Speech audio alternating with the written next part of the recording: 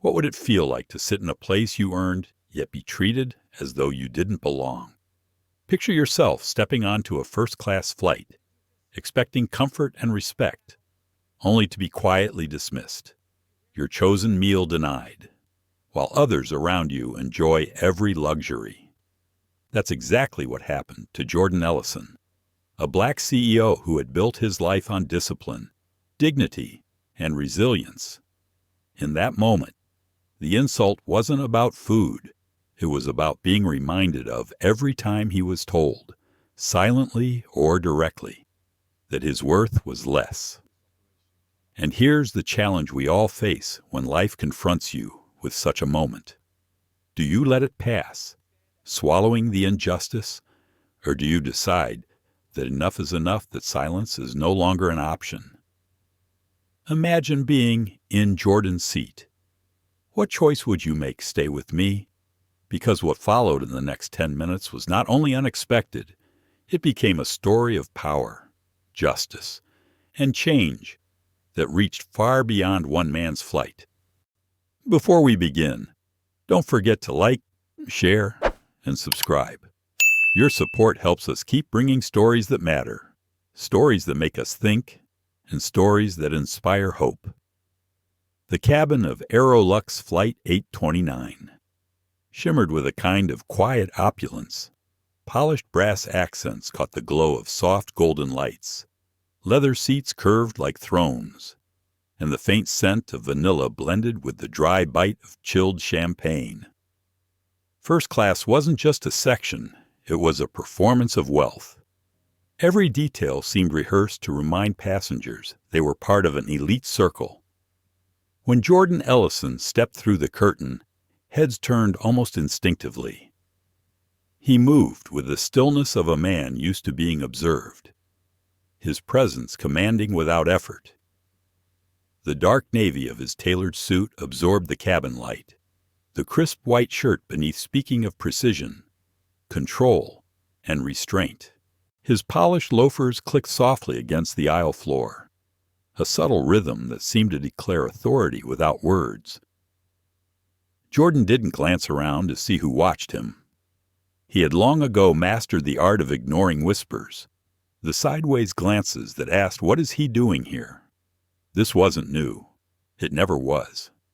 But tonight, something about the air felt heavier, like the moment before a thunderstorm breaks.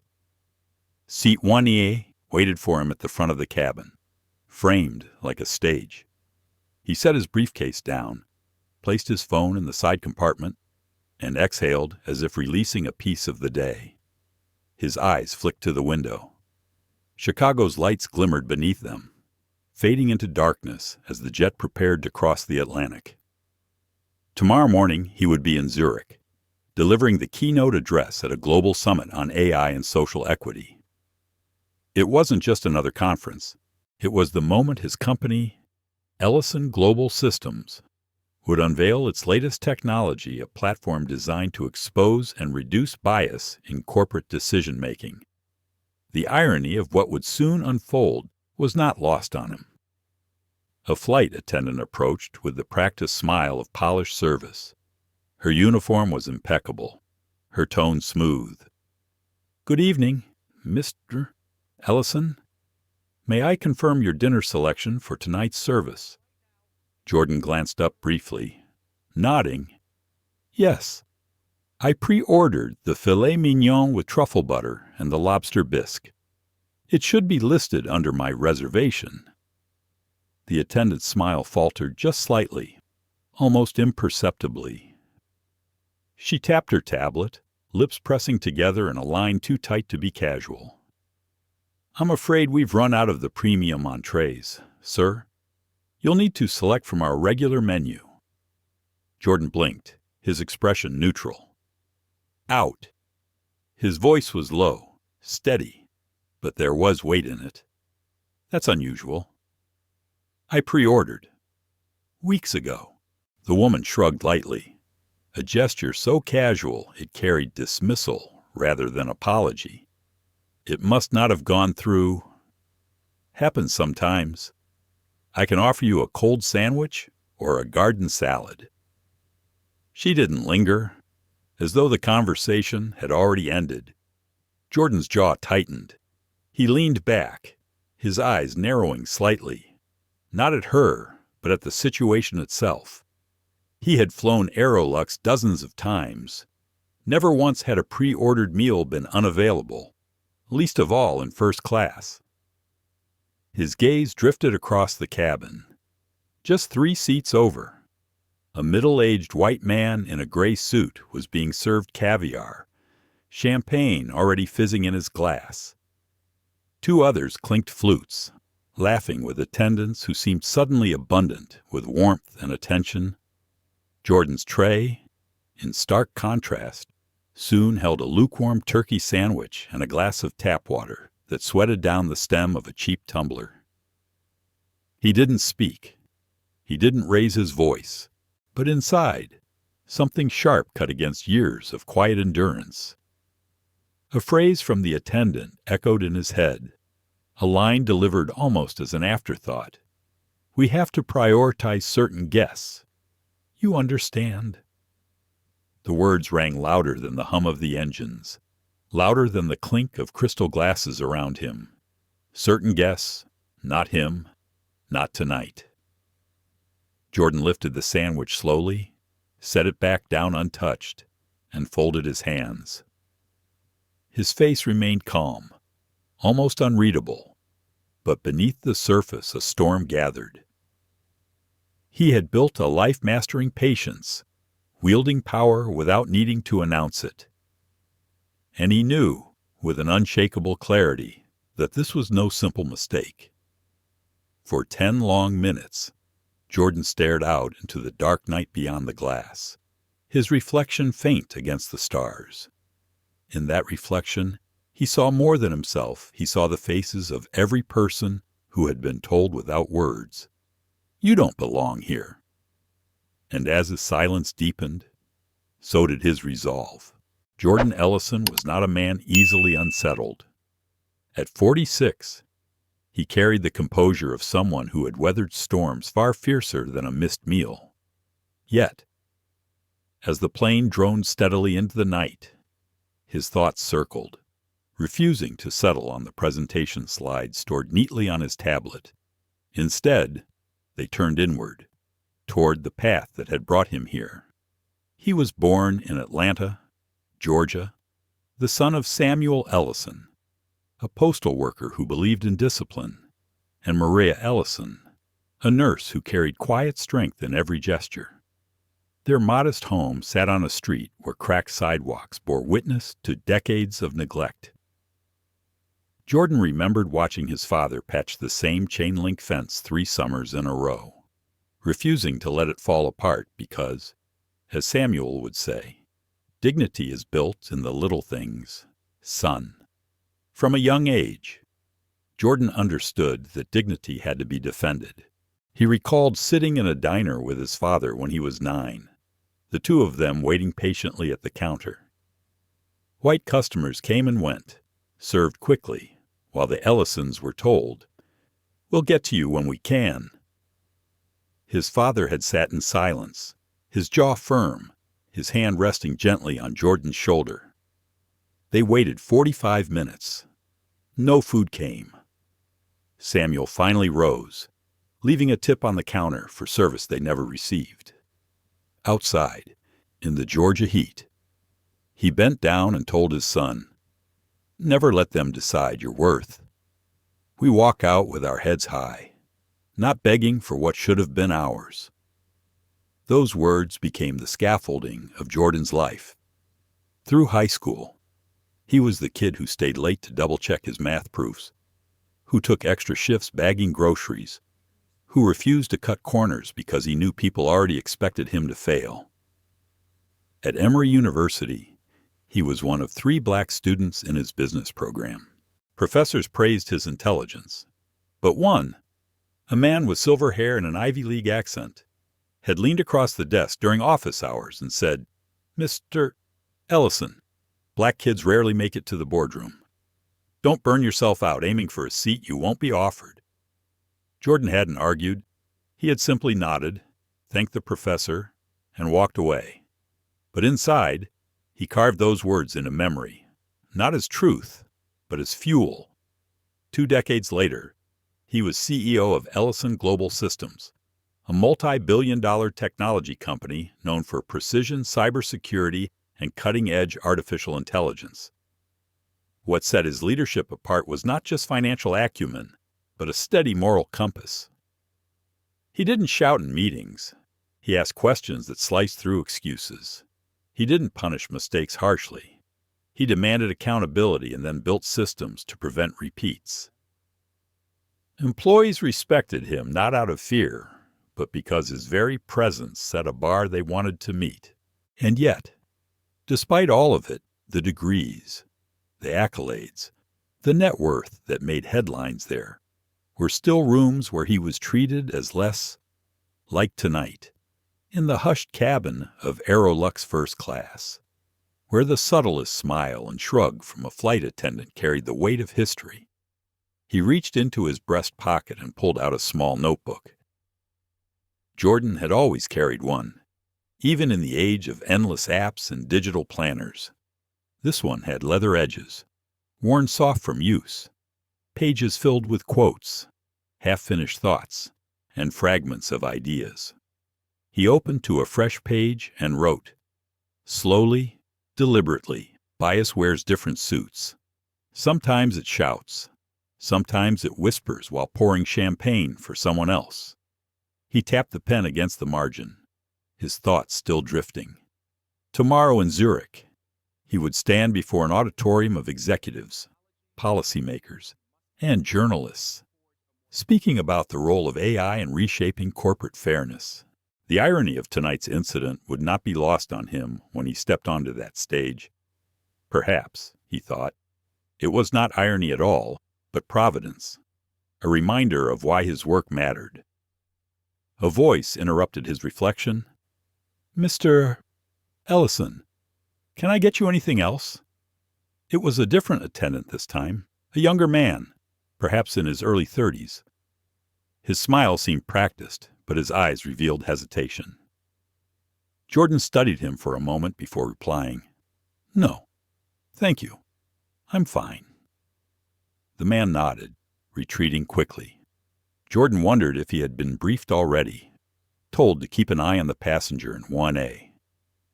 He closed the notebook and looked again at the window.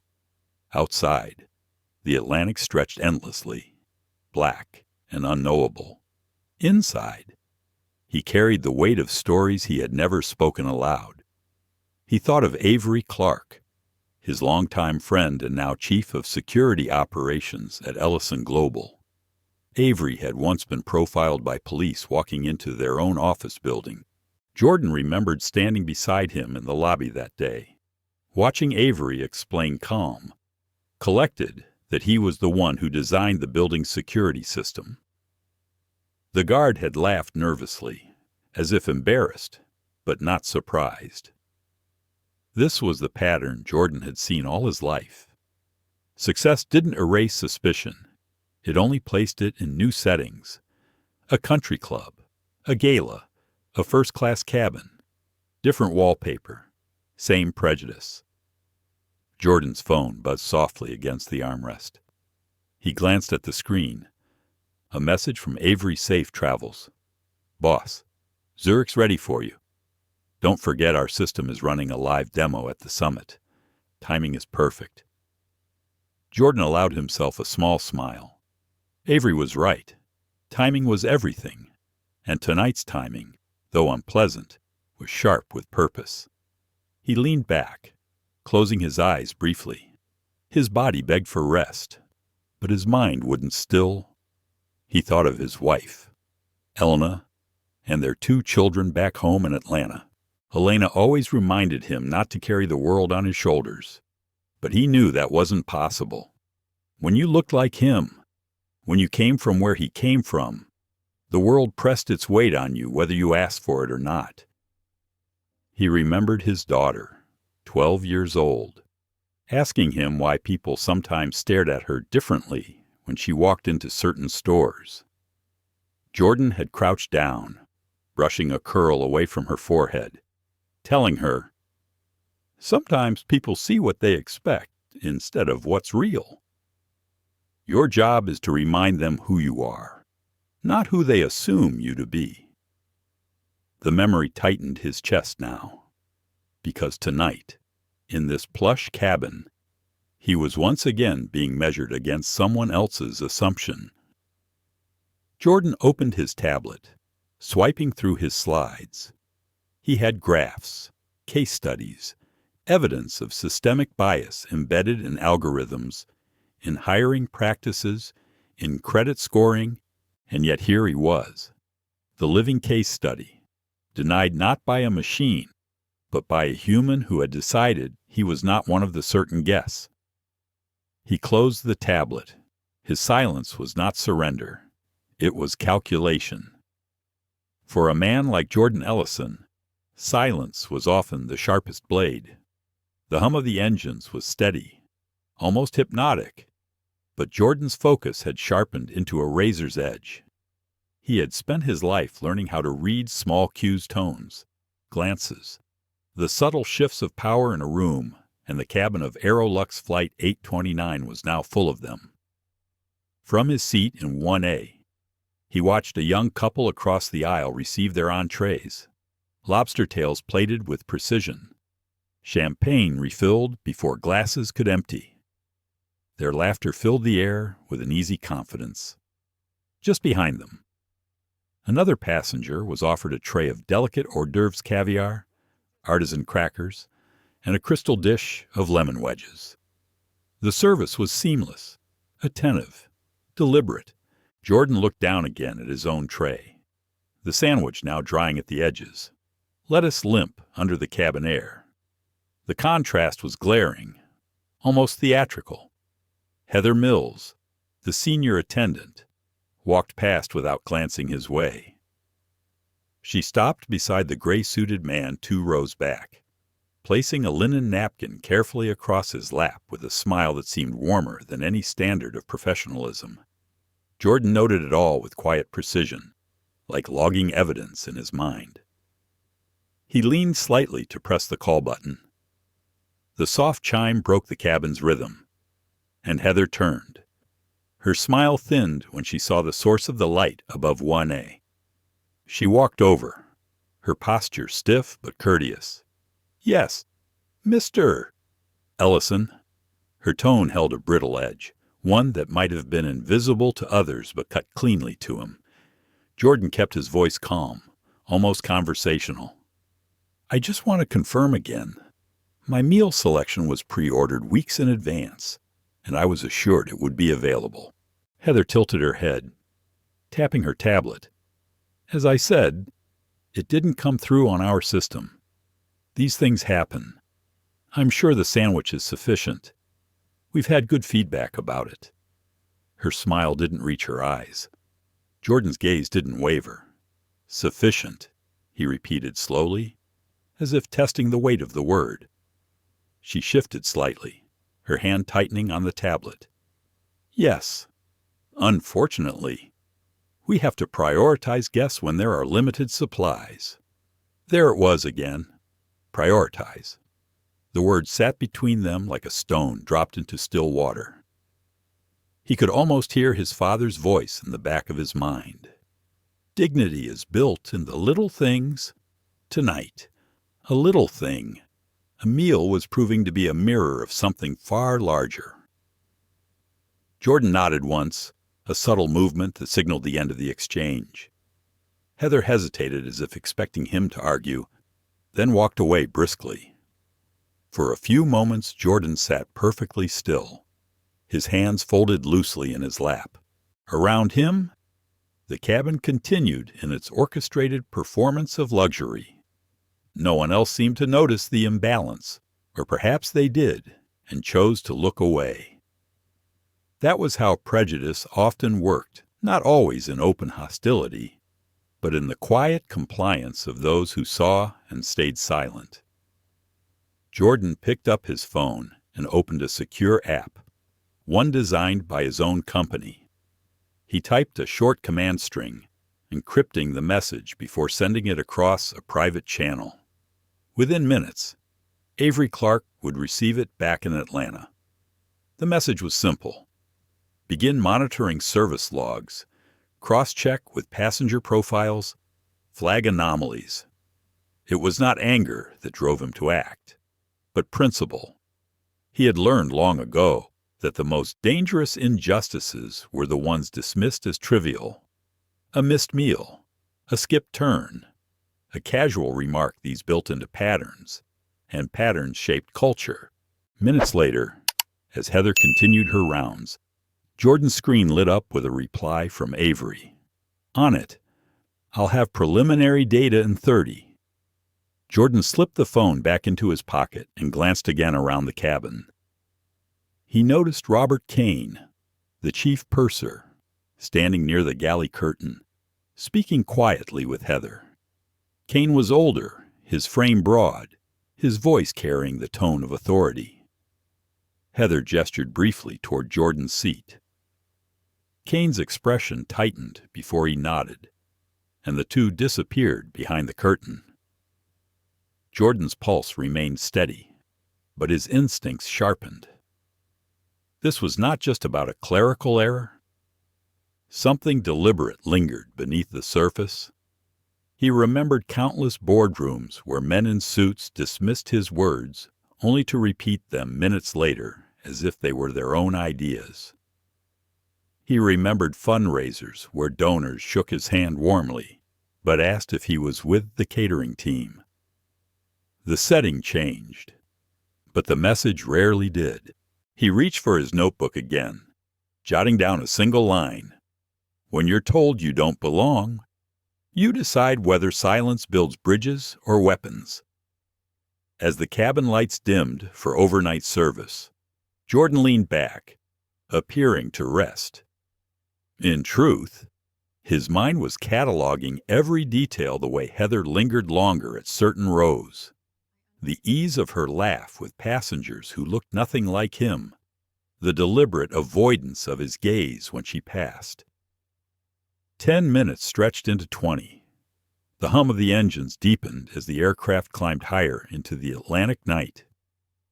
The sandwich remained untouched on his tray, a quiet emblem of the insult delivered with a smile.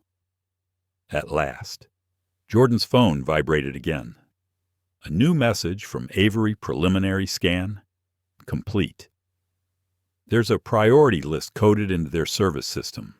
VIP status not purely based on ticket class cross-referenced with passenger demographic data. You're not flagged as top tier despite your ticket. 3 prior complaints filed against Heather Mills bias-related. No disciplinary action recorded. Jordan read the words twice, his expression unchanging. The evidence confirmed what his instincts already knew. This wasn't chance. It was a pattern. He locked the phone, slid it back into his pocket, and exhaled slowly. His silence, so far, had been misinterpreted as acceptance. But Jordan Ellison was not a man who accepted quietly. The spark had been lit. Now it was only a matter of time before the fire revealed itself. Jordan let the glow of his phone fade and closed his eyes, though sleep was the farthest thing from his mind. The hum of the aircraft seemed to pull him backward in time, the steady vibration blending with the rhythm of old memories. In moments like this, when dignity was tested in small but deliberate ways, the past always came to claim its place beside him. He remembered being 12 years old, standing in a department store with his mother, Maria. She had worked a double shift at the hospital and still found the energy to take him shopping for a school blazer. The sales associate, a woman with a smile that never reached her eyes, walked past them 3 times, assisting other customers who had arrived later. Jordan had tugged on his mother's sleeve, whispering, "Why won't she help us?" His mother had only squeezed his hand and whispered back, "Patience, son. Let her see that we're not going anywhere." They had waited almost an hour before the woman finally approached, her voice stiff with courtesy. By then, Maria had looked her straight in the eye and said, "We'll take our business elsewhere." They walked out without the blazer. That night, Maria had told him, "Respect is not a favor. It's the minimum." Another memory pressed forward, this one from college. Jordan had been invited to a networking dinner hosted by a local bank. He had shown up in his only suit, a hand-me-down from his father, altered to fit his tall frame. At the check-in table, the hostess had looked him over, then asked, "Are you with the waitstaff?" Jordan had smiled politely, corrected her, and walked inside. But the sting had followed him all evening. He spoke less that night, choosing instead to observe, his silence both shield and sword. It was in that silence he began to sharpen his resolve, promising himself that one day he would sit at the head of tables where no one could question his place. Back in the cabin of AeroLux Flight 829, the weight of those echoes pressed against his chest. He opened his notebook again, the pen scratching across the page in steady strokes. Bias leaves bruises you cannot see. The world forgets them, but your body remembers. His thoughts shifted to his father. Samuel Ellison had been a man of quiet discipline, waking at dawn to lace his boots before walking his postal route, rain or shine. He carried mail bags across neighborhoods where people greeted him warmly and others where doors slammed shut at his approach. Samuel had never raised his voice about the insults, but his silence had been purposeful, a kind of armor that turned indignity into endurance. Yet Jordan remembered one evening when his father had come home, shoulders heavy, eyes distant. Young Jordan had asked what was wrong, and Samuel had finally admitted, "Some days, son, they don't see me at all. Just the uniform, just the color of my skin. But I still walk my route, because quitting would tell them they're right." Those words echoed now as Jordan sat beneath the muted glow of the overhead light. He wasn't just a man denied a meal. He was the child who had waited in a diner, the student mistaken for staff, the son of a man who refused to quit his route. He carried all of them with him, every flight, every boardroom, every negotiation. He thought of Elena, his wife, and their 2 children. Elena often told him he didn't need to carry the past into every battle, that sometimes it was enough to simply enjoy what he had earned. But Jordan knew better. The past had a way of sitting at the table uninvited. Tonight, in the form of a cold sandwich, it had pulled up a chair and stared him down. His phone buzzed again, a brief vibration against his pocket. Another message from Avery digging deeper. Found suppressed complaints from other flights. Same attendant involved. Possible cover-up at management level. Want me to expand search? Jordan typed back a single word, "Yes." Then he closed the screen and let his head rest against the seat. He could feel the story expanding, reaching beyond the narrow aisle of this aircraft. This was no isolated insult. It was the tip of something larger, something systemic. And he knew it demanded more than private indignation. The cabin around him was quiet now. Most passengers reclined, eye masks pulled down, glasses of champagne half empty on their trays. Heather walked past once more, her steps measured, her eyes sliding deliberately away from his. He studied her briefly, wondering what she saw when she looked at him, if she looked at him at all. Did she see a ticketed passenger, a paying client, or did she see only what she expected to see? A man to be dismissed, quietly downgraded without consequence. Jordan's chest tightened again, not with anger, but with memory. He recalled a night years ago when Avery had been stopped by police outside their own office building. Jordan had stood beside his friend, watching the officer question Avery as if he were trespassing. until Avery calmly produced the ID card that not only gave him access, but bore his title, Chief of Security. The officer had looked embarrassed, mumbled an apology, and walked away. But Jordan had never forgotten the look in Avery's eyes afterward, a mix of exhaustion and resolve. That same resolve now spread through him. He knew this flight, this moment, would not end in silence. Not this time. He opened his notebook once more, writing carefully when silence becomes complicity. Action must take its place. Jordan closed the book, slid it back into his briefcase, and adjusted his seat. His breathing steadied. The storm inside him ordered into calm determination. Tomorrow, in Zurich, he would speak of systems, algorithms, fairness, and accountability. But tonight, in the narrow cabin of AeroLux First Class, he was living proof of why those words mattered. As the engines roared steadily against the endless night, Jordan sat upright, eyes fixed forward. He was no longer remembering the past. He was preparing for the next move. The night deepened outside the cabin windows, the Atlantic stretching below in endless black.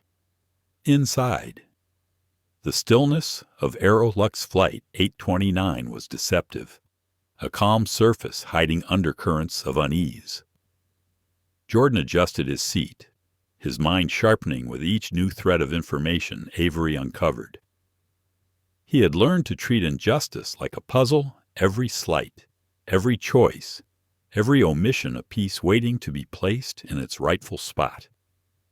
Tonight's puzzle was slowly revealing a picture far larger than an absent meal. Heather Mills moved quietly down the aisle, her posture crisp, her movements efficient.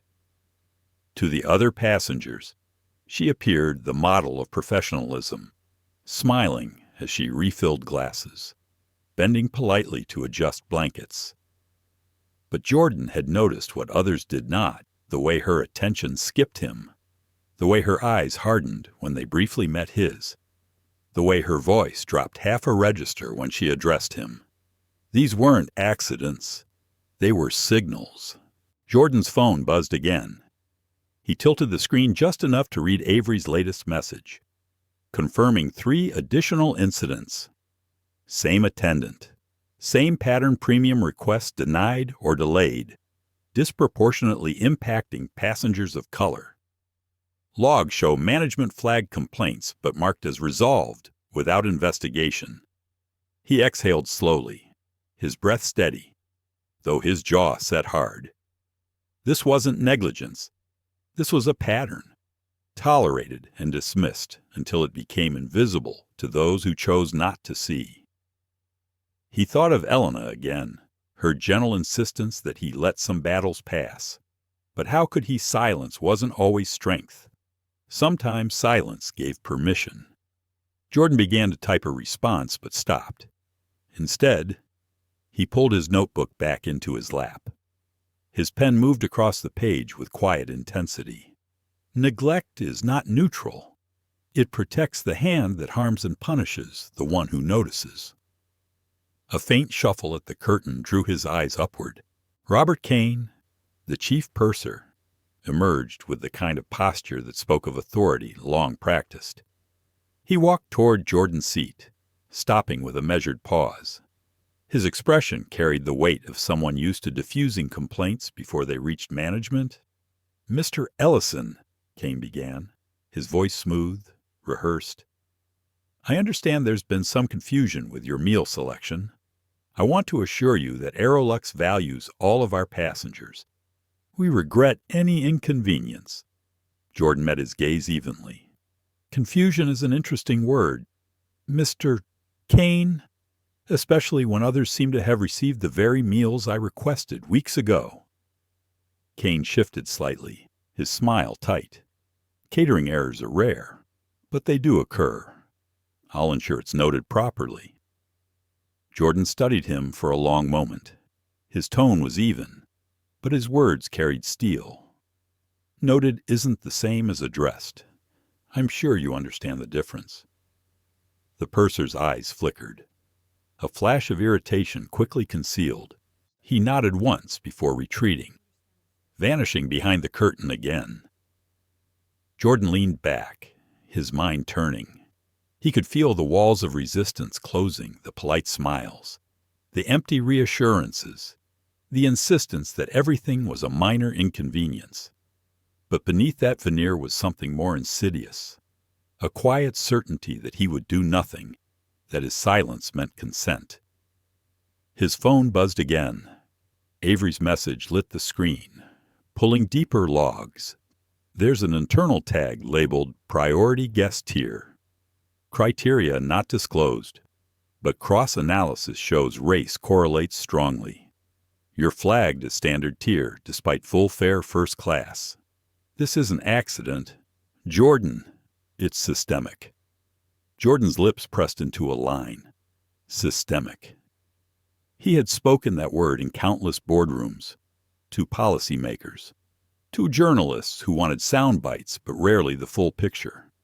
Tonight, he wasn't just speaking it, he was living it. He typed back quickly. Continue. Secure all data. Copy redundantly. Prepare to escalate. Sliding the phone back into his pocket, he felt a calmness settle over him. The storm inside had clarified into focus. He was no longer thinking about a meal. He was thinking about what it meant when institutions allowed small injustices to pile, to stack, to become invisible because they were dismissed as trivial. He was thinking about the passengers who had filed complaints before him, who had been brushed aside, their dignity reduced to a footnote in a log marked resolved. Jordan's eyes scanned the cabin again. Heather laughed softly at something a passenger said. The sound light, effortless. To anyone else, it was the background noise of service. To him, it was the echo of countless times he'd heard that same dismissive laugh, the kind that said, "This isn't serious. You aren't serious." He closed his eyes briefly, not to rest, but to anchor himself. Images of Atlanta returned the cracked sidewalks, his father's tired but steady hands, his mother's unyielding strength. He remembered the blazer he never bought, the dinner where he was mistaken for staff, the look in Avery's eyes after the police questioned him outside their own office. Each memory was a thread, and together they wove a tapestry that left him no choice. This wasn't just his fight, it was theirs too. Jordan opened his eyes, the reflection of cabin lights glinting in the window beside him. His face stared back, calm but resolute. He whispered under his breath, so low no one else could hear, "Not tonight." Heather walked past again, her eyes brushing him without stopping. Jordan pressed the call button. The chime rang softly, insistent in the quiet cabin. Heather froze briefly before turning. Her smile rehearsed, her voice clipped. "Yes, Mr." Ellison Jordan looked up at her, his voice measured. "Please inform your supervisor that I'll be requesting all service logs for this flight, including meal allocations, passenger priorities, and staff notes. I'd also like to ensure that my legal team receives copies directly from AeroLux management. For a heartbeat." The mask slipped from her face, her smile faltering. Then it returned, brittle. "Of course, sir. I'll let Mr. Kane know." Jordan nodded once, dismissing her. She walked quickly back toward the galley, her steps sharper than before. The air in the cabin shifted, an undercurrent of tension now flowing quietly through the space. Most passengers remained unaware, their eyes closed, their minds elsewhere. But Jordan knew. The first domino had tipped. He reached again for his notebook, writing in firm strokes, every system resists accountability until it is forced to stand in the light. He closed the book and leaned back. His eyes stayed open, steady, fixed on the path ahead. The night was long, but so was his resolve. The cabin was hushed. Most passengers lulled into half-sleep by the steady thrum of the engines, but Jordan's mind was alive, alert, running like a current beneath the calm surface. His notebook lay closed now, resting on the armrest, but every page within carried the weight of his thoughts. He didn't need to write more in this moment. He needed to listen, to observe. The curtain at the galley swayed, and Robert Kane stepped through again. His stride was slower this time, his face carefully composed. Heather followed a step behind, her expression unreadable. Kane approached Jordan's seat, lowering his voice as though trying to keep the conversation insulated from the rest of the cabin. "Mr. Ellison," he began, hands clasped in front of him. "I understand you've requested service records. While I can certainly make a note of your concern, I need to clarify that such documents aren't typically available to passengers. I assure you, AeroLux is committed to fairness and hospitality." Jordan's eyes held his steadily. "Fairness isn't about words, Mr. Kane. It's about systems, and systems leave trails. I know how they work." There was a flicker in Kane's composure, a tightening at the corner of his mouth. He had spoken those same lines to dissatisfied passengers countless times, but something in Jordan's tone made clear this wasn't a typical exchange. Jordan wasn't a man venting frustration. He was a man cataloging, assembling, building towards something precise. Before Kane could reply, Jordan's phone buzzed softly. He held Kane's gaze as he retrieved it, tilting the screen to read Avery's update. The message was longer this time. "Jordan, confirmation received. Internal AeroLux system categorizes guests into 4 priority tiers. Criteria includes ticket class, frequent flyer status, spending history. And though not officially disclosed, metadata suggests bias linked to race and profile appearance. Logs for this flight show Heather flagged you as standard tier, despite your premium booking. Multiple anomalies indicate deliberate override." Jordan's chest tightened, not with surprise, but with the weight of truth crystallizing into evidence. He looked up again at Kane. His voice was calm, deliberate. "Your system isn't neutral. It prioritizes certain passengers over others. And I've just confirmed that those decisions are not about availability. They're about bias." Kane blinked, his practiced calm wavering. "That's a serious accusation." Jordan leaned forward slightly, his eyes unwavering. "It's not an accusation. It's a fact. And facts have a way of reaching places you may not expect." For a moment, silence stretched between them, heavy, unyielding. Kane straightened, nodding stiffly before stepping back toward the galley. Heather followed, her lips pressed thin, her shoulders rigid. Jordan exhaled slowly, sliding his phone back into his pocket. The evidence was no longer hidden. What had started as a sandwich had become something undeniable, something systemic, and he knew the next steps were inevitable. He adjusted his seat, resting his elbows lightly on the armrests, and let his thoughts drift. The irony of it all pressed on him tomorrow, in Zurich. He was set to unveil technology designed to reveal and correct bias in corporate decision-making. Yet here, thousands of feet in the air, he had become the case study, the living proof of why such systems were needed. The memory of his father returned, as it often did in moments of choice. Samuel Ellison had always said, "Son, when you know the truth, you carry responsibility. Truth doesn't let you sit idle. It demands something of you." Jordan felt those words resonate now. He had the truth in hand, delivered by Avery's diligence, confirmed by his own eyes. The question was not whether to act, but how. Another buzz came from his phone, A second message from Avery Jordan. The complaints I found 3 from passengers of color, all citing Heather. Management responses marked them resolved within hours. No follow-up. I dug further.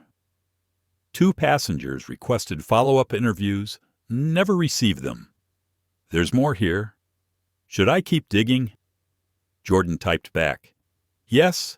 Secure all files. Copy to Zurich Cloud Vault. Prepare escalation protocol. He slipped the device away again, his mind already moving ahead. He knew what escalation meant. It meant leverage. It meant accountability not just for Heather, not just for Kane, but for a company that had chosen to ignore the signs, to bury complaints rather than confront them. Jordan reached for his glass of water and took a slow sip. Around him, the cabin remained still. Passengers cocooned in their private bubbles of sleep and comfort. Yet beneath the surface, a quiet storm was building. Heather reappeared briefly, walking briskly past his seat. She didn't look at him this time. Her jaw clenched, her step sharper than before. Jordan observed her, calm but unyielding. She carried herself like someone who realized control was slipping, like a player whose moves had been read too soon. He leaned back, closing his eyes just enough to rest them, but his mind did not rest. He thought of Avery back in Atlanta, hunched over monitors, combing through lines of code and data trails. He thought of Elena and their children, asleep now, unaware of the battle unfolding in silence thousands of feet above the ocean. He thought of Zurich, of the stage that awaited him, of the eyes that would watch him, not just as a CEO, but as a man standing at the crossroads of dignity and justice. Another memory pushed forward, unbidden. Years ago, early in his career, Jordan had been in a pitch meeting with investors. He had presented flawlessly, every number airtight, every projection clear. Yet one of the investors had leaned back, arms crossed, and said, "You're impressive, Mr. Ellison, but I'm not sure your face matches the boardroom we envision." Jordan had smiled politely, thanked them for their time, and walked out. 2 months later, he secured funding elsewhere and built Ellison Global into a powerhouse. That investor had come back years later, asking for a seat at the table. Jordan had declined without hesitation. Some insults were not erased by success. That same clarity filled him now. AeroLux would not erase tonight's slight with an apology email or a voucher. Systems didn't change because they were asked nicely. They changed because someone forced them into the light. Jordan opened his notebook again, writing in firm strokes. Systems are not broken.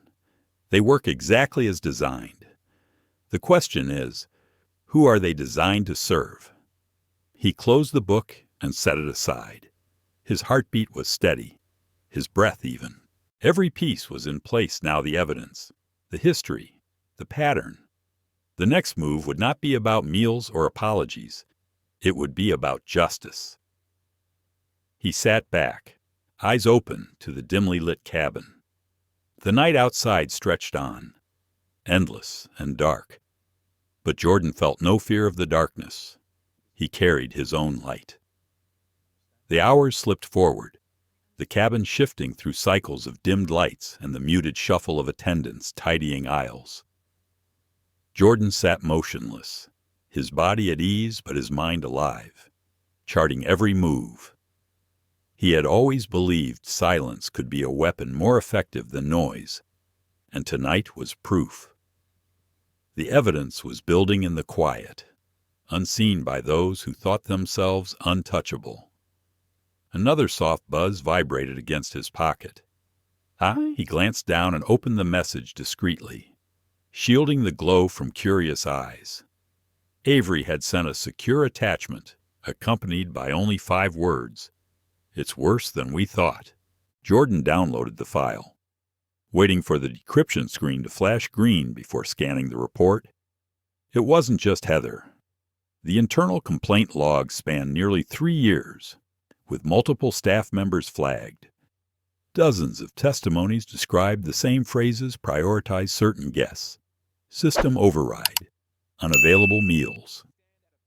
The voices were varied executives, artists, even military veterans. But a thread bound them together. Almost all were passengers of color, dismissed as though their presence in first class was a disruption rather than a right. Jordan exhaled through his nose, slow and measured. Patterns mattered. He'd built Ellison Global on the ability to see what others overlooked. This wasn't a coincidence. It was culture, codified in polite shrugs and corporate silence. The curtain swished again. Heather emerged, tray in hand, moving toward the pair of businessmen across the aisle.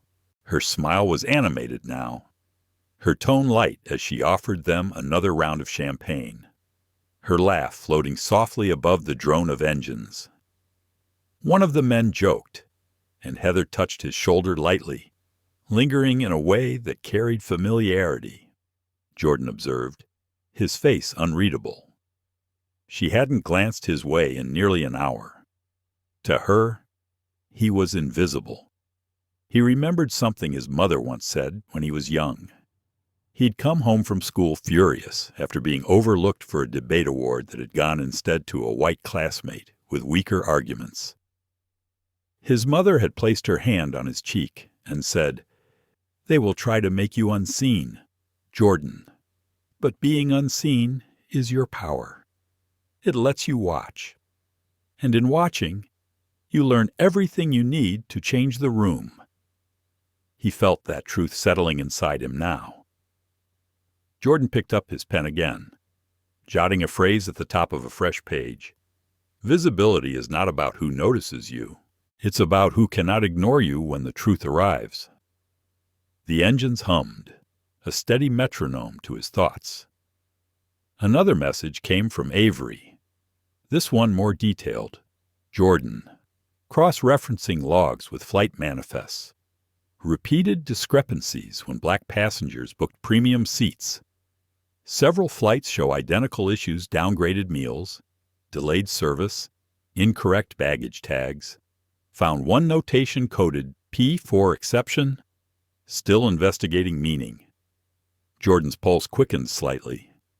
A code meant procedure, and procedure meant intentionality. Systems didn't invent acronyms by accident. He typed back swiftly. Decode P4. Cross-check staff assignments. Look for recurrence of Heather Mills and Robert Kane.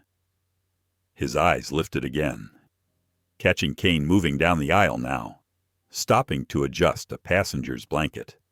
His expression was calm, even paternal. To the casual eye, he was the picture of professional care. But Jordan saw the flicker when their eyes met a shadow, brief and telling. Kane knew the conversation earlier hadn't settled. He knew Jordan wasn't the type to simply let a matter drop. Jordan let the silence stretch, choosing not to summon him again. Instead, he leaned back and closed his eyes, rehearsing the steps to come. Timing was everything. A confrontation mid-air would make headlines but risk chaos. No, what he envisioned was quieter, sharper. A blade slipped between the cracks of AeroLux's polished image, cutting straight to the core. He pictured Zurich again, the conference hall where he was to deliver his keynote. Delegates from across Europe, journalists, policymakers, tech leaders all waiting to hear about the future of fair systems. What better stage to reveal not just a theory, but a lived example? His company's technology was not abstract. It was here, pulsing in his palm, delivering proof that dignity could not be left to chance. Another buzz. Avery again. Decoded. P4 random passenger priority. 4. Internal shorthand for non-core premium. Criteria unclear. but logs align it almost exclusively with black or minority travelers in first class. Mills has 17 P4 overrides in the last 14 months. Kane approved 9. Sending compiled evidence now. Jordan's jaw tightened, though his face remained impassive. 17. 9. Numbers that told a story more damning than any anecdote could. His hand rested on the notebook again, underlining the phrase he'd just written. Visibility. The time for invisibility was ending. He rose from his seat, stretching lightly as though to ease his legs, moving toward the restroom.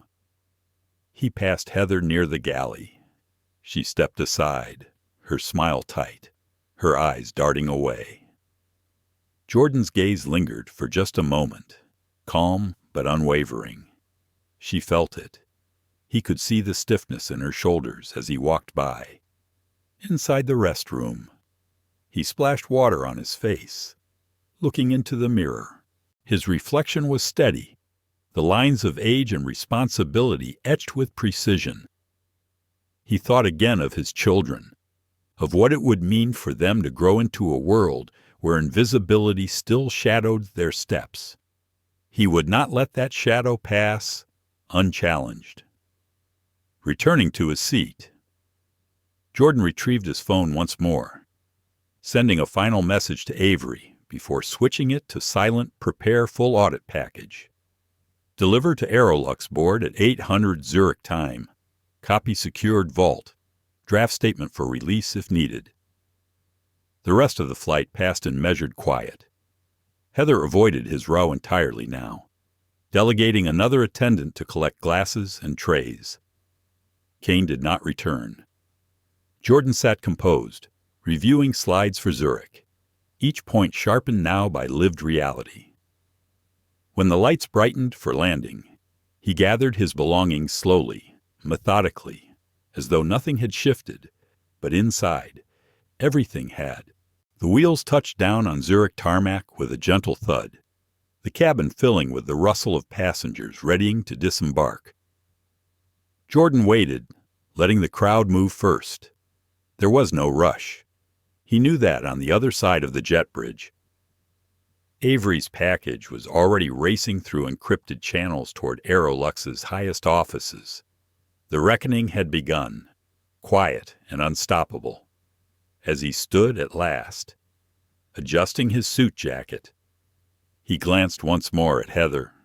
She was smiling again for other passengers, but her eyes betrayed her nervous, uncertain.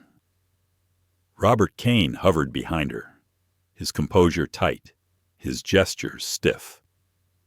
Jordan inclined his head slightly, a gesture almost polite, but laden with weight. They didn't know it yet, but the ground beneath them had already shifted. The jet bridge was filled with the stale tang of recycled air and the murmured impatience of travelers eager to reach baggage claim. Jordan walked steadily, his carry-on gliding behind him, his movements unhurried. To any observer, he looked like any other executive arriving in Zurich, purposeful but calm. Yet every step carried the weight of what he had set in motion at 35,000 feet. AeroLux ground staff in Navy uniforms greeted passengers with courteous nods, but just beyond the frosted glass partition, Jordan noticed 3 figures standing apart. Their posture gave them away too in tailored corporate attire, one in a dark suit with the hard bearing of legal authority. Their eyes swept the incoming stream until they found him. Jordan felt the shift instantly, the recognition, the quiet ripple of attention. "Mr. Ellison," the taller man said as Jordan approached, extending a hand. His accent carried a crisp Swiss lilt. "I'm Adrian Roth, Senior Compliance Officer for AeroLux Europe. This is Marla Fisher, Legal Counsel. We were informed you might need assistance upon arrival." Jordan accepted the handshake, firm but controlled. "I don't need assistance," he replied evenly. "I need accountability." The woman, Fisher, inclined her head slightly. "We've received preliminary documentation flagged urgent from your office in Atlanta. It contained serious allegations. We'd like to escort you to a private lounge to review the material in detail before our executive team convenes. Jordan studied them both for a moment, then gave a single nod. Very well. They led him down a discreet corridor that bypassed the stream of disembarking passengers. Behind the glass, Heather and Kane emerged from the aircraft, their smiles brittle as they greeted travelers leaving the cabin. Neither yet knew what waited on the other side of the airport. Jordan caught a fleeting glimpse of Kane's expression, a tightness at the jaw, a flicker of unease that betrayed he sensed the shadow descending. The lounge they entered was nothing like the polished, airy waiting areas for elite passengers. This was corporate ground-muted gray walls, utilitarian furniture, the faint hum of servers in an adjacent room. A long table dominated the space, already prepared with carafes of water and notepads. Jordan sat at the head without being asked. Roth and Fisher settled across from him, their folders unopened. "I'll be direct," Jordan began, his voice steady. "Your airline runs a coded system P4 classification that deliberately downgrades black and minority passengers, even when they've paid for premium service. I experienced it firsthand tonight. My assistant has compiled years of data, including logs showing staff overrides, repeated complaints ignored, and approvals signed off by your lead purser, Robert Kane. I won't sit through apologies. I want to know what AeroLux intends to do about it." Fisher's composure wavered ever so slightly, her pen motionless above her pad. Roth leaned forward, hands clasped. "Mr. Ellison, what you describe is indeed grave. I won't insult you by denying the possibility. We have received whispers, but nothing substantiated with the level of precision your office has just delivered. May I ask, how extensive is this data?" Jordan met his gaze evenly. "Extensive enough to survive any denial. Every override, every log, every buried complaint. It's already secured on international servers. If AeroLux fails to act, this evidence will not stay in private hands." The words hung heavy in the sterile room. Fisher exchanged a glance with Roth, a silent conversation passing between them. Finally, she set down her pen. "We'll escalate immediately. But understand, Mr. Ellison, processes in corporations of this scale are complex." Jordan's eyes narrowed.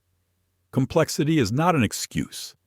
I've run companies larger than this airline. Change is a matter of will, not bureaucracy. If AeroLux has the will, you'll act swiftly. If not, you'll face consequences far heavier than the cost of reform." Silence stretched again. Roth finally exhaled, nodding slowly. "Then perhaps it's best if you present your findings directly to the board tomorrow morning.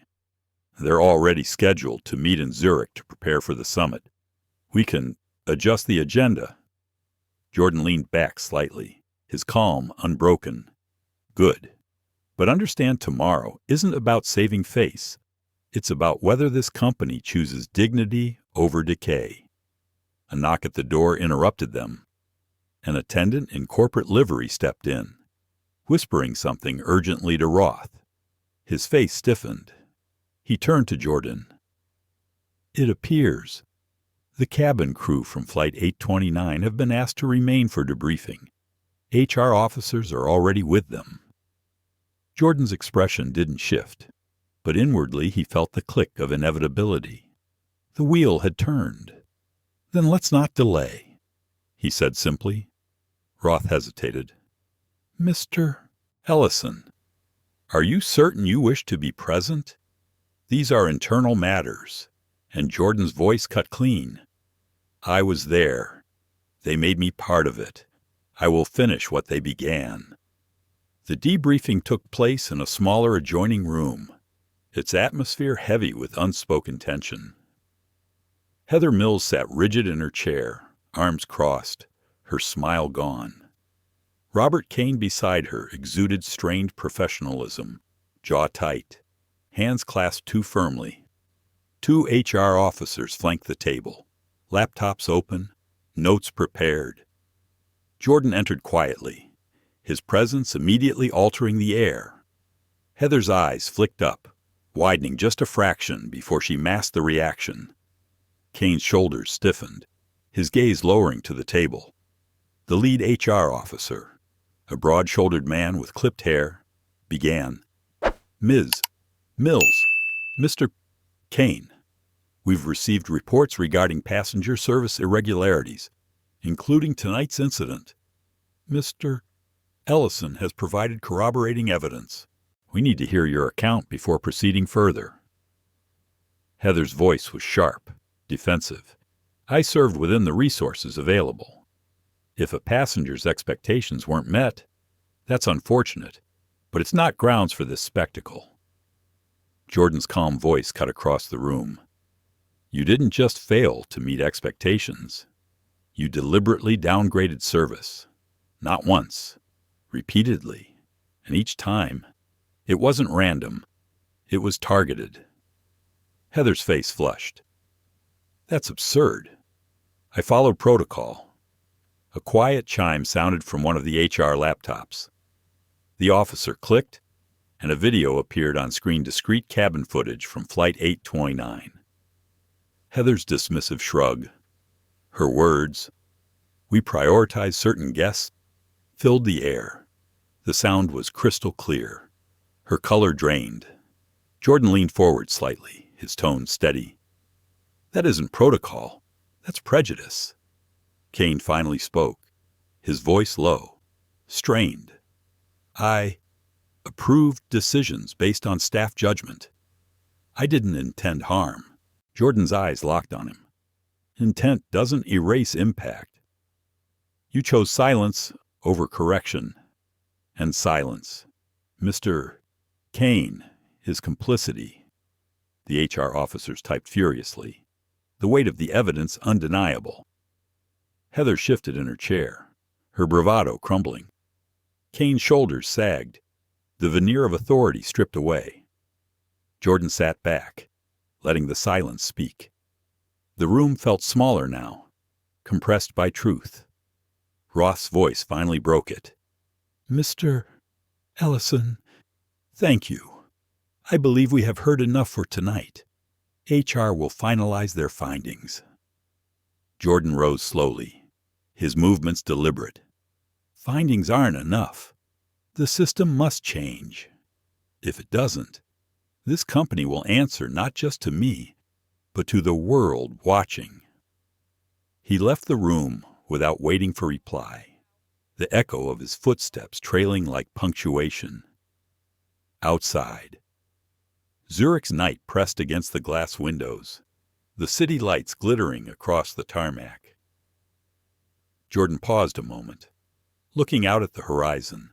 Tomorrow would bring the boardroom, the summit, the larger reckoning. But tonight, a smaller storm had broken. And for the first time, Heather Mills and Robert Kane understood that the era of invisibility was over. Morning broke over Zurich with a pale light, the streets below still glistening from a night of rain. Jordan awoke early in his hotel suite, his mind already sharp, his routine unchanged by the previous evening's turbulence. He brewed coffee, reviewed the secure files Avery had uploaded overnight, and adjusted his tie with the same calm precision he brought to every boardroom. Yet beneath the surface, there was an unshakable weight. Today was not about business metrics or quarterly growth. Today was about dignity, and whether AeroLux would face its truth. At precisely 9 o'clock, a black sedan arrived to escort him to AeroLux's European headquarters, a glass and steel tower that reflected the morning sun like a blade. Jordan entered the lobby, his presence commanding without effort. Executives moved briskly around him, some offering polite nods, others whispering to colleagues as they recognized his face. By the time he reached the top floor, The story of the night before had already spread like electricity through the building. The boardroom was expansive, its panoramic windows overlooking the city. Around the long table sat more than a dozen executives, some visibly uneasy, others defensive, their expressions carefully composed. At the head sat CEO Matthias Brenner, a tall man with silver hair and a reputation for charm that often masked ruthlessness. He rose as Jordan entered, extending a hand with practiced warmth. "Mr. Ellison," Brenner said, his voice smooth, "we appreciate your presence here this morning. Please, join us. We've heard there were difficulties on your flight." Jordan accepted the handshake, his grip firm but brief. He took a seat at the opposite end of the table, setting his leather folio neatly before him. His calm filled the room, displacing the rehearsed pleasantries. "Difficulties is a polite word," Jordan began, his voice low but resonant. "What I experienced on Flight 829 was not a glitch, not an isolated error. It was the tip of a system designed, or at least permitted, to strip passengers of dignity based on who they are." A murmur rippled through the board members. One leaned toward another, whispering quickly. Brenner raised a hand, silencing the room. "We've reviewed preliminary material forwarded by your office," he said cautiously. "It raises concerns, certainly. But you must understand, our systems are complex, and correlations don't always imply intent." Jordan's eyes never wavered. Intent doesn't erase impact, and your system's impact is clear. Passengers of color, paying full fare, are consistently marked as priority 4 downgraded, dismissed, denied the very service they purchased. I have logs, video, testimony, and approvals signed by your own staff. This isn't correlation, it's discrimination. He opened his folio, sliding packets across the polished table. Each board member received a neatly bound report, compiled overnight by Avery's relentless hand. Charts, timelines, and anonymized complaints filled the pages, every line annotated, every claim sourced. Brenner flipped through the documents, his practiced calm tightening. Around the table, silence deepened as the scope of the evidence became undeniable. Jordan leaned forward slightly. "This isn't just about Heather Mills or Robert Kane. This is about a company culture that ignored complaint after complaint, marking them as resolved while nothing changed. A company that codified prejudice into a system and expected no one to notice. Well, someone noticed, and now the world will." One board member, a woman with sharp glasses and a sharper voice, spoke up. With respect, "Mr. Ellison, releasing such information publicly would harm not just AeroLux, but the thousands of employees who work honorably every day. Surely there is a path forward without unnecessary spectacle." Jordan's expression remained calm, but his words cut clean. "The spectacle isn't mine to create. It's yours. Every ignored complaint, every override, every shrug that is the spectacle. I'm offering you a choice act decisively to reform, or watch the truth expose itself beyond these walls." The weight of his words settled heavily. Fisher, the legal counsel who had met him the night before, cleared her throat gently. "Mr. Ellison, if we may, what would decisive action look like?" "In your view," Jordan folded his hands on the table. His voice was steady, measured. "First, immediate termination of staff directly responsible for repeated incidents, including Mills and Kane. Second, suspension of the system that classifies passengers into hidden tiers until an independent audit is complete. Third, public acknowledgement of wrongdoing. No vague apologies, no talk of misunderstandings. And finally, a commitment to structural change, including mandatory bias training across your entire organization." The room was silent, every word reverberating. Brenner's jaw tightened as he considered. Finally, he spoke, his tone measured but edged. "You ask much, Mr. Ellison. Such steps could cost this company millions in revenue and reputation."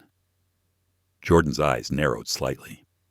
"And what do you imagine the cost will be when passengers learn the truth without your hand guiding the narrative? Trust lost is not regained with vouchers or excuses. You may lose millions now. You'll lose billions later if you do nothing." For a long moment, no one spoke. The board members shifted in their seats, the silence punctuated only by the soft hum of the city beyond the windows. Finally, Brenner leaned back, his charm cracking just enough to reveal calculation. "You speak with conviction, Mr. Ellison, perhaps too much like a prosecutor, but I'll admit your evidence is compelling. We will deliberate." Jordan's voice was calm, almost gentle. Deliberation is delay. Delay is denial. You know the right course. The question is whether you have the courage to take it. The words lingered, heavy and unyielding. For the first time, Brenner looked unsettled.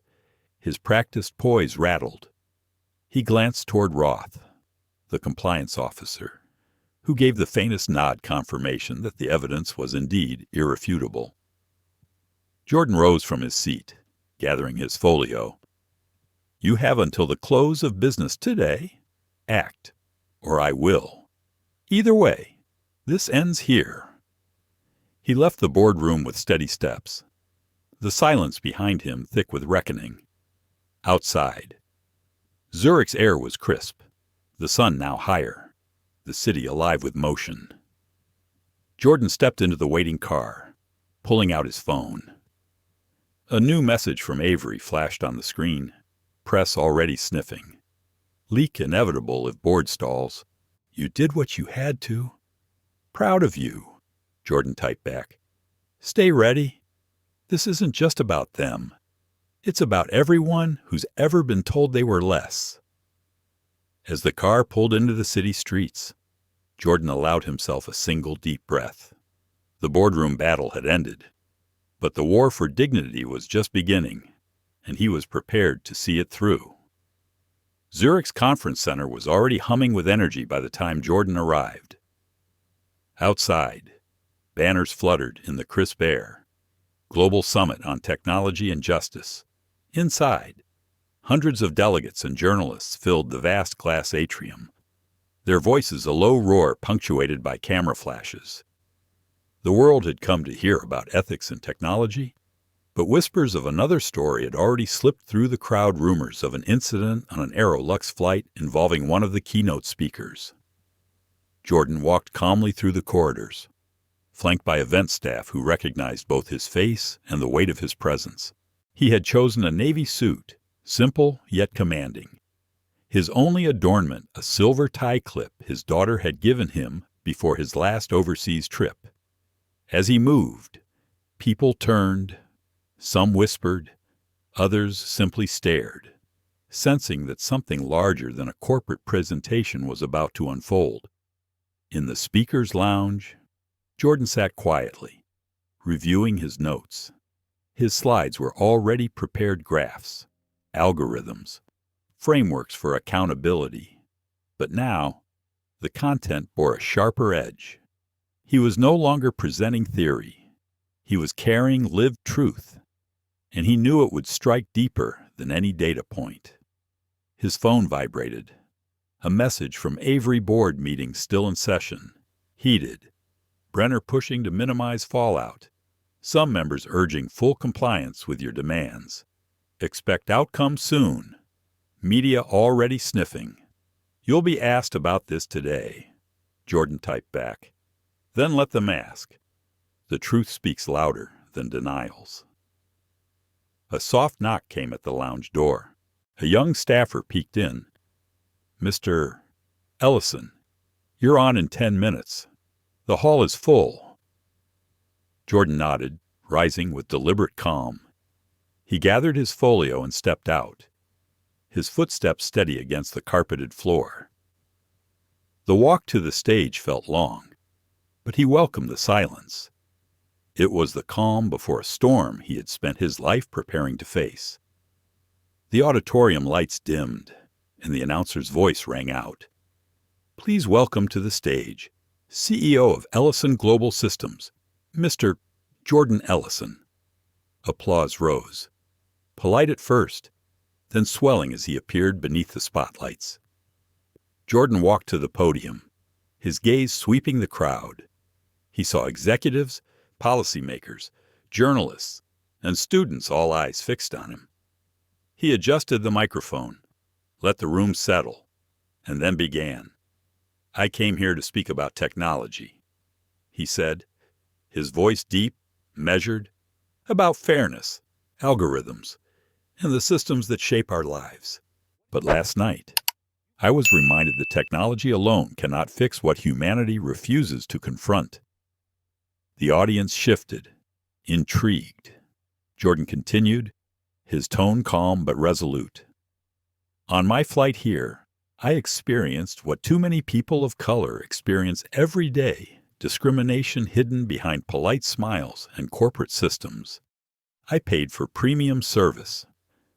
What I received was dismissal, not by accident, not by error, but by design, by a system that decided I was less deserving." Gasps rippled through the room. Journalists leaned forward, pens poised. Jordan allowed the silence to hang for a moment before pressing on. "I didn't confront it with anger. I confronted it with evidence. My team uncovered logs showing deliberate overrides, repeated complaints buried, and a code P4 that quietly marked minority passengers as lower priority. This was not the failure of one employee. It was the failure of a culture." The murmurs grew louder now, cameras flashing rapidly. Jordan lifted his folio, holding it slightly above the podium. "This is not speculation. This is proof. Proof that dignity can be stripped not only in violent acts, but in the smallest denials of meals, of courtesy, of respect. And proof that when ignored, those small denials add up to systems of exclusion." He lowered the folio, his gaze steady on the audience. "Some of you will ask why this matters, why a sandwich on a flight deserves the stage at a summit about justice. It matters because dignity is not measured in grand gestures, but in the everyday choices of how we treat one another. It matters because systems reflect the values of those who build them. And it matters because silence makes injustice stronger." A quiet stillness spread across the hall, the weight of his words pressing into every seat. Jordan's voice softened, but its intensity deepened. "I stand here not as a victim, but as a witness. And I say to you, the systems we inherit can be changed. The cultures we tolerate can be confronted, but only if we have the courage to face truth without flinching."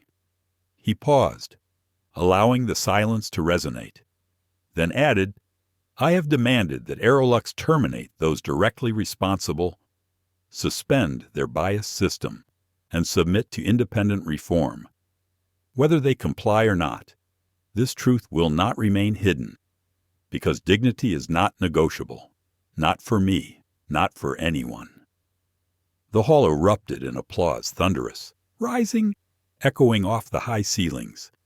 Journalists scrambled, cameras flashing like lightning. Jordan stood still, receiving it with quiet composure, his face calm, but his eyes alive with fire. When the applause softened, he concluded with deliberate clarity, "Let this not be just another story whispered in airports or dismissed in boardrooms. Let it be a call to examine our own systems, our own silences, our own complicity. Because justice does not arrive by accident. It is built, choice by choice, truth by truth." The standing ovation was immediate, rising like a wave through the audience. Jordan stepped back from the podium, bowing his head briefly before exiting the stage. Backstage, his phone buzzed again. A new message from Avery board reached decision. Mills and Kane terminated, effective immediately. P4 systems suspended pending investigation. Public statement being drafted. You broke them open. Jordan read the words, exhaling slowly. The reckoning had begun. As he walked down the quiet corridor, he felt the weight of the moment settle. This wasn't the end. It was the beginning of something larger, something that stretched far beyond him, far beyond AeroLux, for every passenger overlooked, for every worker silenced, for every voice dismissed. This was a crack in the wall, and from cracks, light always entered. The summit continued with panel discussions and breakout sessions, but everywhere Jordan went, the air shifted. Delegates leaned in closer when he passed. Journalists tried to intercept him in hallways, and fellow CEOs shook his hand with a reverence they hadn't shown before. His keynote had not only landed, it had detonated. People weren't just talking about algorithms anymore. They were talking about AeroLux, about bias, about the small indignities that had finally found a voice. Back in the lounge, Jordan finally allowed himself a moment to sit. He sipped water, scanning the flood of headlines on his phone. CEO calls out, airline bias at global summit. Ellison exposes systemic discrimination in AeroLux priority codes. From sandwich to scandal. The speech that shook Zurich. Each story carried the same image: Jordan at the podium, his expression calm but unyielding, one hand resting on the folio that had become a symbol of proof. Avery's messages came in bursts, screenshots of social media posts, trending hashtags, even snippets of video from passengers who had their own stories. One woman tweeted, "I was downgraded on AeroLux last year. They told me it was an error. Now I know it wasn't." A veteran wrote, "Paid for first class. Got treated like a burden. Thank you, Jordan Ellison, for speaking truth." By midday, the hashtag #YesNotP4 was trending across Europe and the United States. Jordan leaned back, letting the wave wash over him. He had never sought virality. His life's work was measured in contracts, policies, systems, but he understood its power.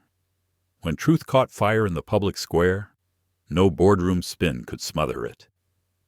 A knock on the lounge door pulled him from his thoughts.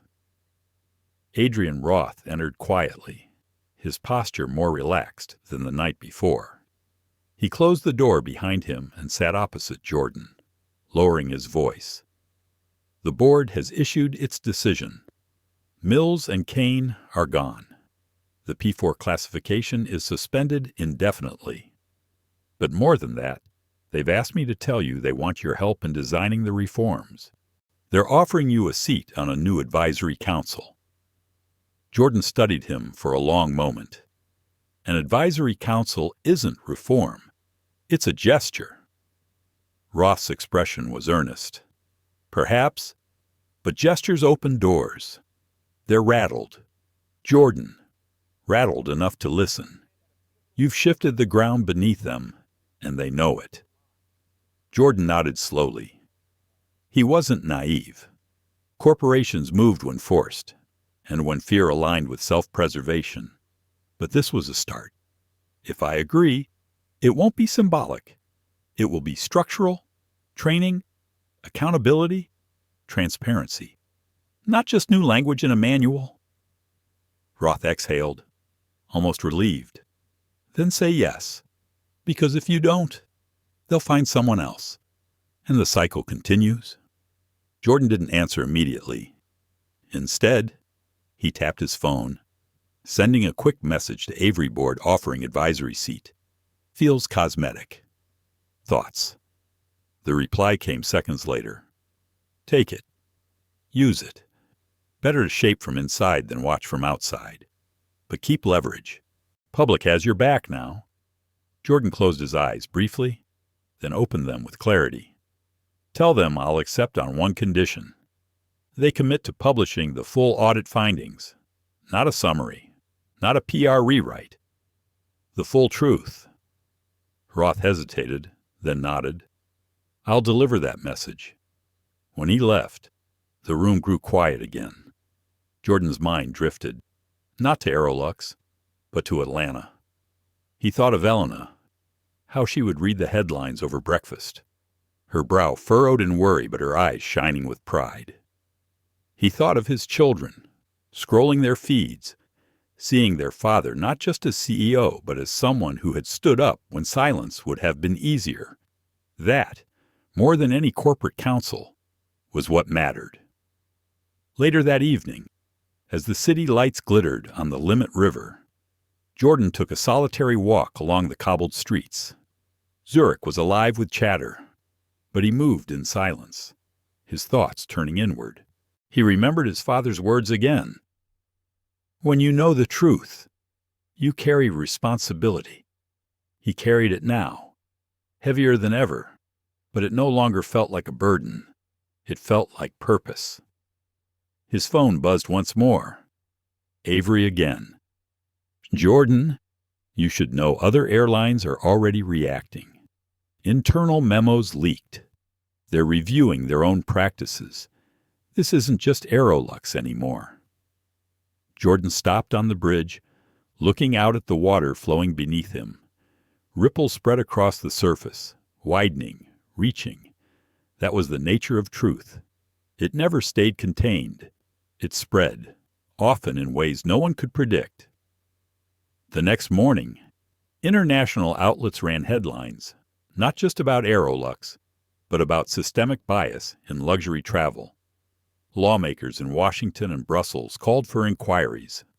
Activists seized the momentum, organizing campaigns, demanding change beyond airlines into hotels, banks, corporations. The ripple had become a wave. In the quiet of his hotel room, Jordan prepared for another day of meetings. He straightened his tie, checked his notes, and paused by the window. Zurich's skyline shimmered in the morning light, and for the first time in days, he allowed himself a faint smile. This wasn't the end. It was the beginning of a long road, but at least now, the world was walking it with him. By the third day of the summit, the story had eclipsed nearly every other headline. Delegates arrived whispering less about new technologies and more about AeroLux, about Jordan Ellison, about what it meant when one man refused to let an insult be buried under polite denial. The world had begun to see the airline not as a luxury brand, but as a mirror reflecting something uncomfortable and far larger. Jordan knew the tide was shifting when his morning briefing included not only requests for interviews, but also invitations from advocacy groups and lawmakers. A senator from the United States had tweeted proud of Jordan Ellison for holding corporations accountable. "We need systemic review of bias in all industries, not just airlines." Across the Atlantic, a member of the European Parliament had called for an inquiry into corporate discrimination in consumer services. Yet for all the momentum, Jordan also felt the weight of backlash. His inbox filled with messages, some supportive, others bitter. One email accused him of ruining good people's careers over a sandwich. Another sneered, "You got your 15 minutes. Don't drag us all down." Jordan read each one, not with anger, but with recognition. This was the cost of truth for every door it opened. Another slammed shut. He sat in the quiet of his hotel room, Elena's voice echoing in his memory from their call the night before. "Jordan, don't let them make you the villain. You know how they twist things. Stay steady." She had sounded tired, worried, but resolute. He held on to that steadiness now, even as the world bent in competing directions around him. Avery called that morning, his voice brisk. "Jordan, AeroLux's draft statement is ready. They're going public this afternoon. Want me to read it? Go ahead, Jordan said, pacing the room. It says, "We at AeroLux Airways regret that certain passengers felt their experience did not meet our highest standards. We are committed to continuous improvement and will be reviewing internal practices." That's the gist. Nothing about P4, nothing about systemic bias. Just vague regret. Jordan stopped mid-step. That's not an admission. That's camouflage. Exactly, Avery replied. They're trying to buy time. Jordan thought for a long moment. Then we don't give them time. Release the full audit package. Every log, every complaint, every override, publicly, today. There was silence on the line. Then Avery's steady voice. Once we do that, there's no going back. There's no back to go to, Jordan said softly. Only forward. 2 hours later, the package was live. Secure servers released the files to media outlets across continents. Journalists pored over spreadsheets, finding patterns impossible to deny. Headlines turned sharper. AeroLux used secret code to downgrade minority passengers. Buried complaints reveal years of discrimination. The airline's carefully worded statement was drowned beneath a surge of undeniable proof. By evening, AeroLux's Zurich headquarters was surrounded by reporters. Executives slipped in and out through side entrances, faces grim, no longer able to dismiss the scandal as a misunderstanding. The board scrambled to draft a new statement, this time admitting to serious failures in oversight and promising comprehensive structural reform. Jordan watched the press conference from his hotel, the screen glowing in the dim room. Brenner stood at the podium, his voice heavy with forced contrition. For the first time, he looked less like the charming CEO and more like a man cornered. Jordan knew this was only the beginning. Apologies were cheap. The real test would come in the months ahead, in whether systems were dismantled and rebuilt. As the cameras flashed, Jordan felt an unexpected wave of exhaustion wash over him. He had carried himself with steel for days, but now, in the quiet, he felt the toll. The memories weighed heavier: the department store clerk ignoring his mother, the investor doubting his place in the boardroom, Heather Mills' dismissive smile as she set down the sandwich. Each memory was a wound reopened, but also a reminder of why he refused to stop. He sat at the desk, opened his notebook, and wrote truth costs. It costs comfort, friendships, illusions, but silence costs more. Silence costs justice itself. That night, Zurich glowed with restless energy. Journalists filing late reports, activists marching through the streets near the conference center with signs that read, "Dignity is not deluxe, and we are not P4." Jordan watched from his window, moved by the sight of strangers carrying a fight that had once been only his. The truth was no longer just his burden. It was a collective cry. His phone buzzed again. A video call from home. Elena's face filled the screen, her smile soft but tired. "You look worn out," she said gently. Jordan exhaled. "I am, but it's worth it." Their daughter leaned into the frame, her eyes bright. "Dad, everyone at school is talking about you. Some kids said their parents had stories about flying too. You're making people feel seen." Jordan felt a lump in his throat, his composure cracking just slightly. "That's all I wanted," he said quietly, "for people to feel seen." When the call ended, he sat in silence, staring at the city lights. For all the cost, all the backlash, all the fatigue, this was why it mattered. Not for headlines, not for virality, but for the quiet validation of people who had carried invisibility too long. Tomorrow, there would be more meetings, more battles, more resistance. But tonight, Jordan allowed himself the smallest moment of peace. He closed his notebook, shut off the lamp, and whispered to the darkness, "The cost is heavy, but the reward is justice." The following morning, Zurich was drenched in a soft drizzle, the kind that coated the cobblestones in a reflective sheen and blurred the outlines of the grand hotels and historic buildings.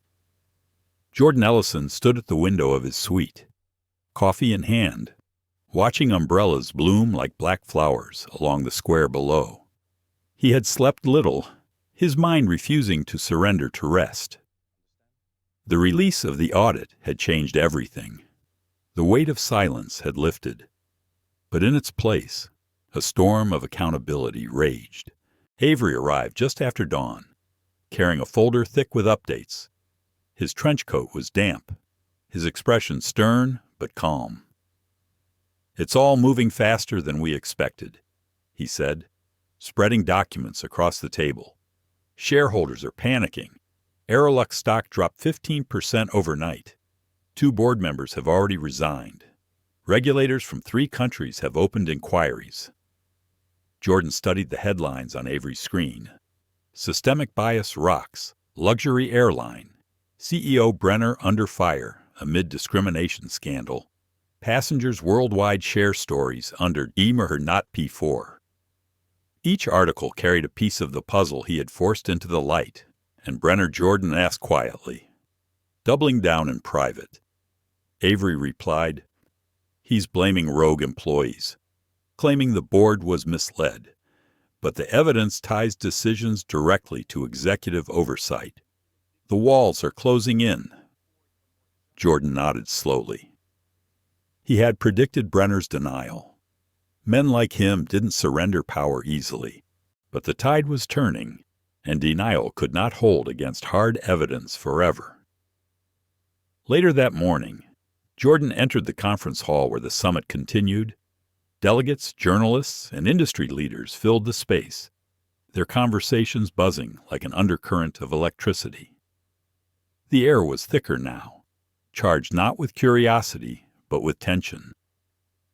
Every eye followed him as he moved toward the stage for his scheduled address. He had planned to speak about technological equity, about how access to innovation shaped justice in society. But as he adjusted the microphone, he knew the room wanted more. They wanted to hear about AeroLux, about what it meant when prejudice was coded into the algorithms of service. He paused, letting silence settle before speaking. "When I boarded Flight 829, I thought I was simply a passenger. I believed I had purchased a ticket that guaranteed equal treatment, the same as anyone else in first class. But what I encountered was not an error. It was not a mistake in logistics. It was a pattern, written into the very fabric of the airline system, a pattern that told me without ever saying the words that I was not priority." The hall was still. He could see faces soften, some nodding, some looking down. He continued, his voice steady but carrying the weight of memory. "This is not about one meal or one flight attendant. This is about systems that learn to look past certain people, to diminish their worth, to tell them again and again that they are less.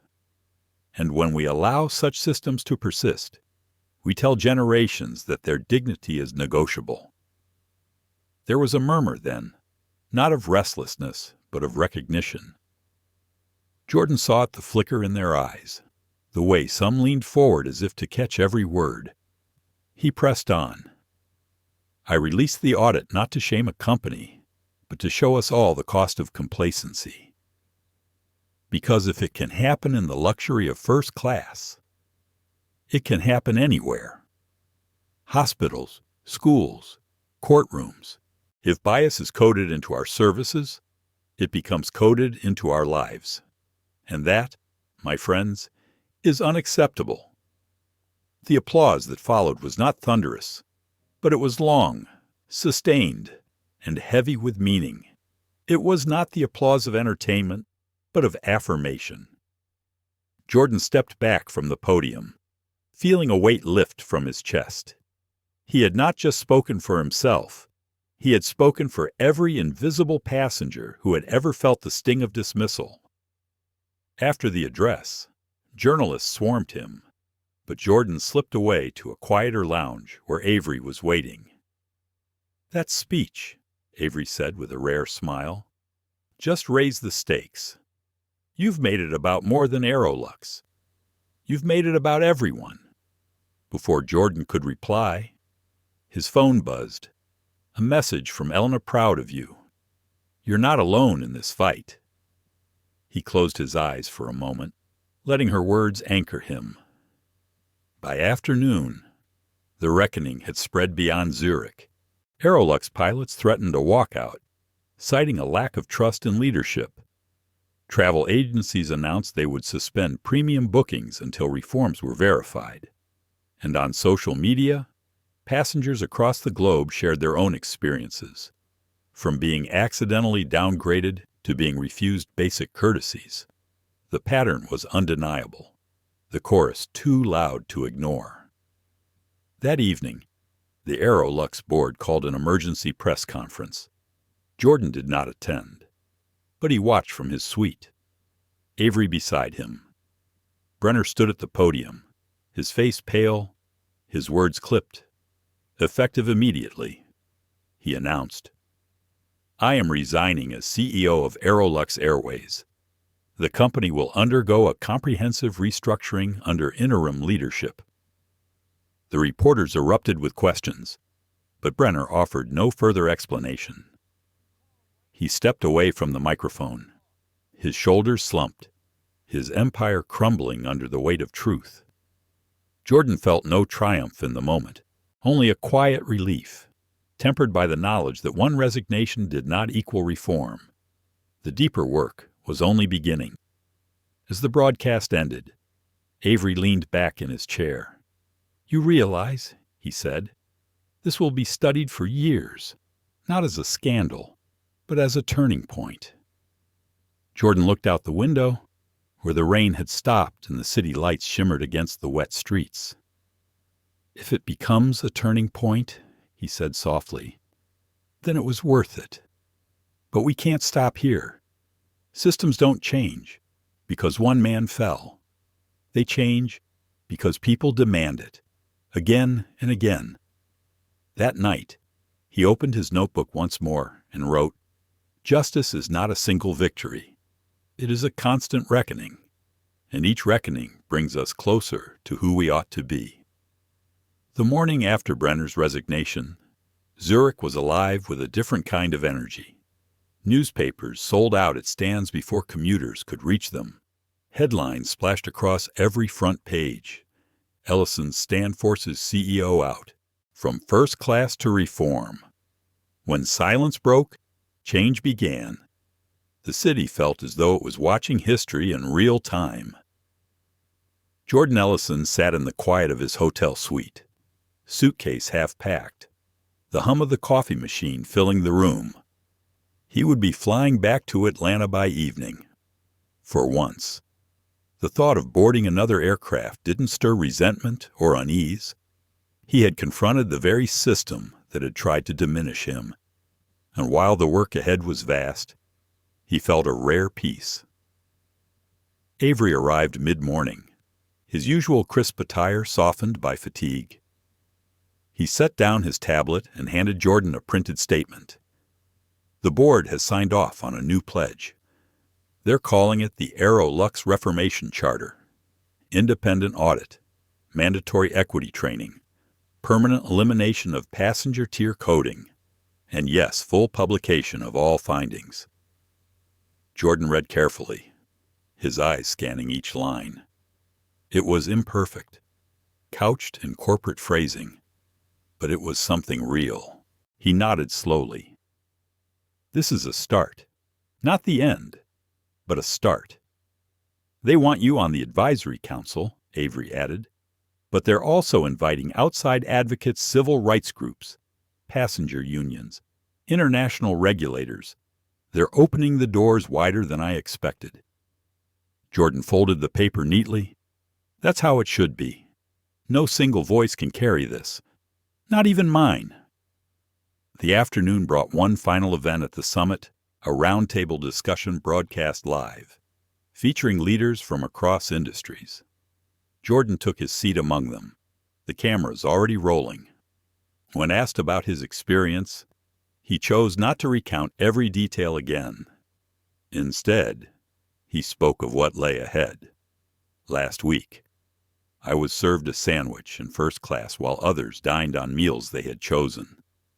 That detail is trivial until you see the pattern behind it. Because what I received wasn't just food. It was a message: you are less. Systems send messages every day. To workers overlooked for promotions, to patients dismissed in hospitals, to students underestimated in classrooms. The question is, will we continue to tolerate these messages, or will we rewrite them? The moderator asked if he believed true reform was possible. Jordan's response was steady. Yes, because reform is not perfection. It is persistence. It is choosing, again and again, to face uncomfortable truths until they change. Yesterday, an airline CEO resigned. Today, a charter for reform is signed. Tomorrow, we must ensure it is lived, not just written. The audience applauded, not with fervor, but with a quiet intensity that told Jordan his words had reached them. That evening, as the plane lifted off from Zurich, Jordan stared out the window at the fading lights below. This time, he had not pre-ordered a luxury meal, nor did he expect one. He simply sat, breathing deeply, the hum of the engines no longer a reminder of indignity, but of resilience. He opened his notebook and wrote his final reflection of the journey. What begins as one man's insult can end as everyone's movement if the truth is carried far enough. The flight was long, but when the wheels touched down in Atlanta, he felt the warmth of home surge through him. Elena was waiting at the terminal, her arms open, her eyes shining. Their children stood beside her, holding signs they had made themselves. Welcome home. Dad. He embraced them tightly, the exhaustion of the week melting into gratitude. That night, at the family dinner table, he told them stories not of boardrooms or resignations, but of resilience, of how his father had once walked his postal route through storms and insults, never quitting, of how his mother had taught him that respect was the minimum, of how silence could be comfortable but never just. His children listened, wide-eyed, their plates forgotten as they soaked in every word. Elena reached across the table, squeezing his hand. You've done more than confront them. Jordan, you've given people hope. He smiled softly, his voice quiet. Hope is only the beginning. Now we carry it forward.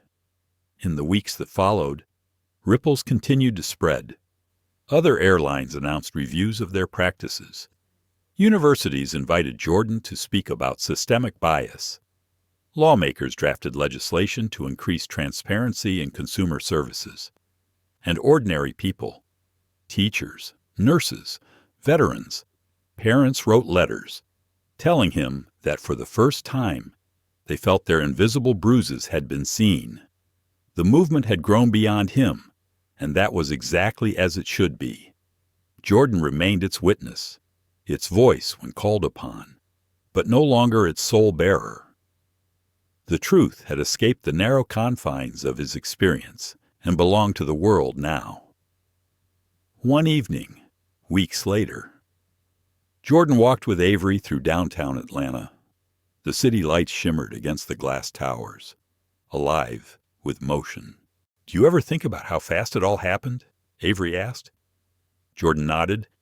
Yes, but change often feels sudden when, in truth, it's been waiting, building, pressing against the walls for years. All it needs is one crack.